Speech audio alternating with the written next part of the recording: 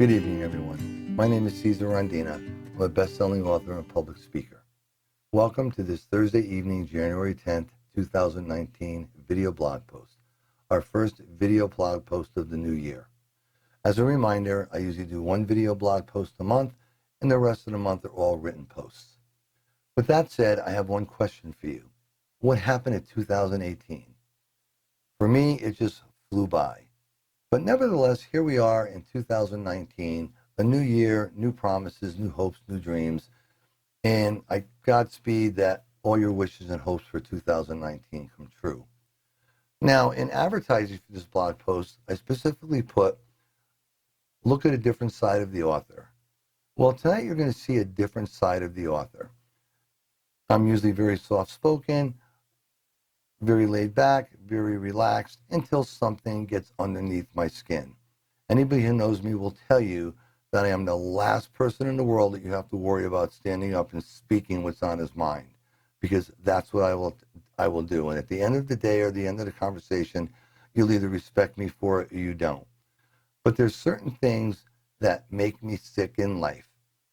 And I'm not referring to a cold, a flu, a GI bug. I'm talking about things that aggravate you. So what makes you sick in life? Well, for me, one of the things is when anybody berates or belittles somebody else. And with that in mind, I want you to keep two words in the forefront of your mind: stupidity and intelligence. Because that's the reason for it. That's the sole reason for it. Besides the fact that people who do that are usually very insecure individuals.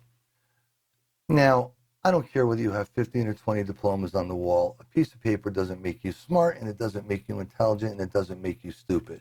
All it means is one thing, is you had the ability to study, you had the ability to pick out the right questions on a test, and do the tasks that were necessary for you to earn that piece of paper. That piece of paper doesn't make you a wise or intelligent individual. That comes with life and life's experience.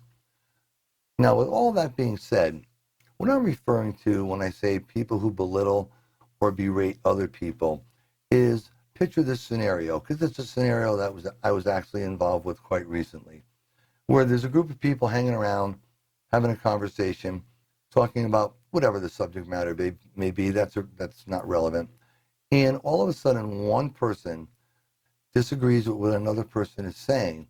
Now, rather than have a constructive conversation about what they disagree about or agree about, that person attacks that person as an individual and has to make everybody else in the group know how small or how little that person is, whether it's through insults, bashing, trying to make them look stupid. Well, guess what? The person who does that is the stupid one, not the intelligent one. People that are genuinely intelligent don't need to prove it. Their actions, their words, their demeanor is going to present them as an intelligent individual, not necessarily by how they treat someone with respect to acceptance or belittling. Now, if they accept what a person has to say and they could speak constructively and shake hands at the end of the conversation, that's an intelligent person. The other person who has to attack that person as an individual is now a stupid person. And I don't care how many degrees you have on the damn wall, because they're absolutely meaningless and mean nothing to me. So what makes you sick in life? That's what we're talking about tonight.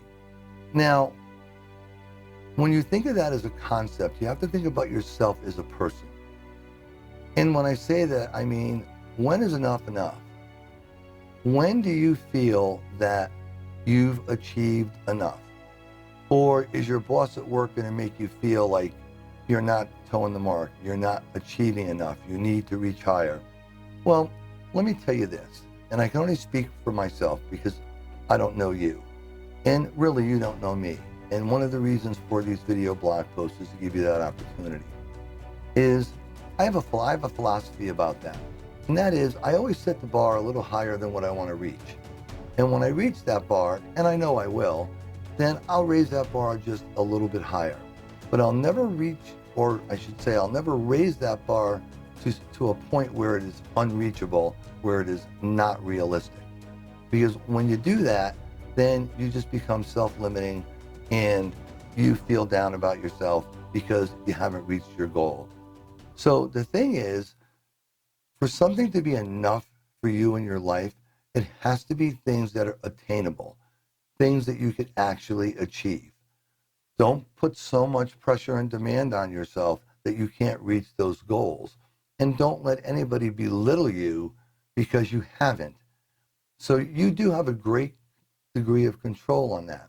Which brings me to my pet phrase, which is, don't worry about the things you can't control. Worry about the things you can control, because that's where you can make a difference. And that happens in your own life. So think to yourself for a moment, when is enough for you? And I'm not talking about enough shirts, pants, clothes, business suits. I'm talking about how you feel about yourself. Do you feel good about yourself? Is what you achieved in life enough? Do you want to achieve more? If you reach a point in your life where you say, what I have is enough for me, I'm very content with my life, I'm very happy, whether it's with a significant other, your children, family members, your achievements in life, when that's enough, then you don't need to raise that bar anymore unless you want to. The point I'm trying to make is, when you raise that bar, don't raise it to a height that you can't reach or you may never reach.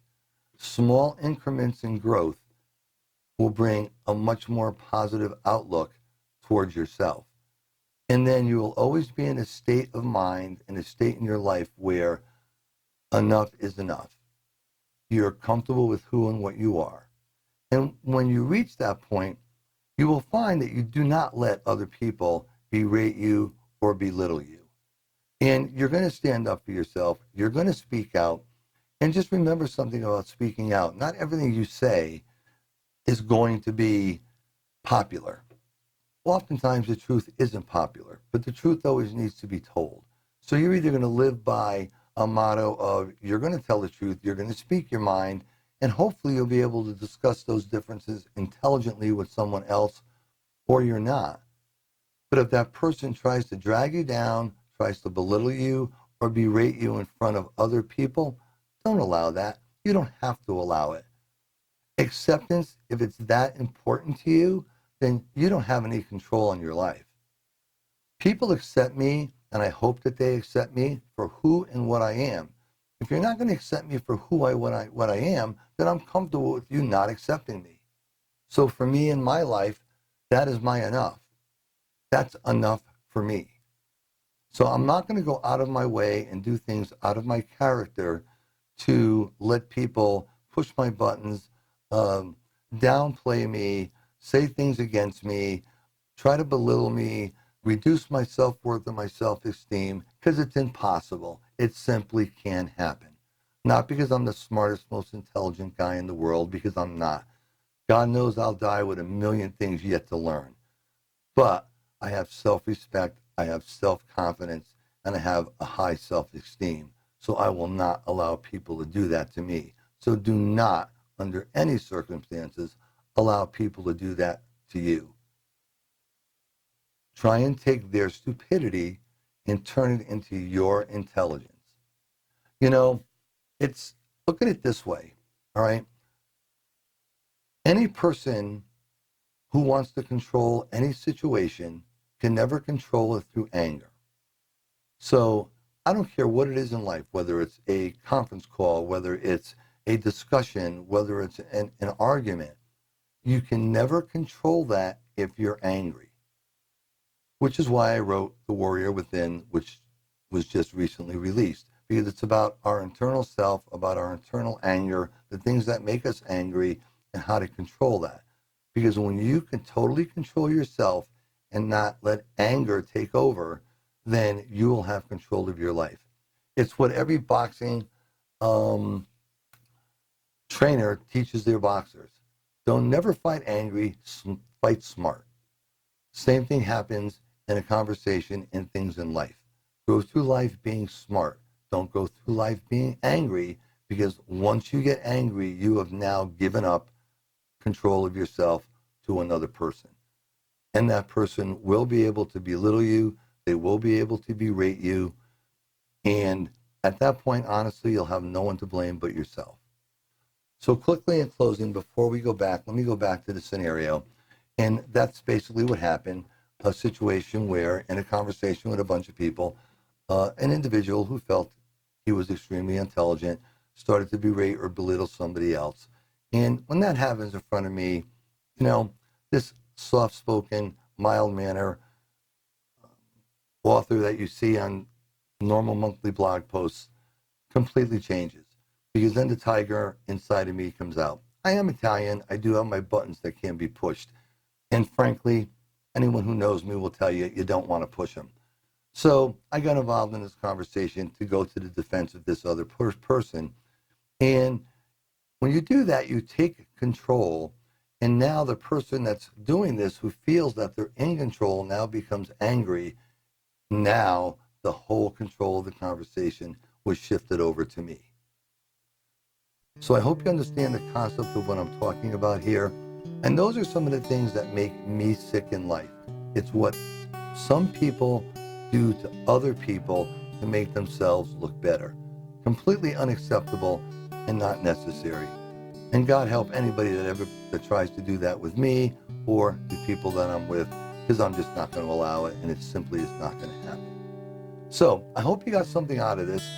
And the reason that I picked this topic, because I want you to start 2019 with a positive attitude, especially a positive attitude about yourself.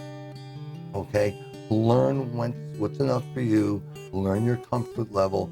Raise that bar a little bit at a time so you could achieve reaching that bar every step of the way.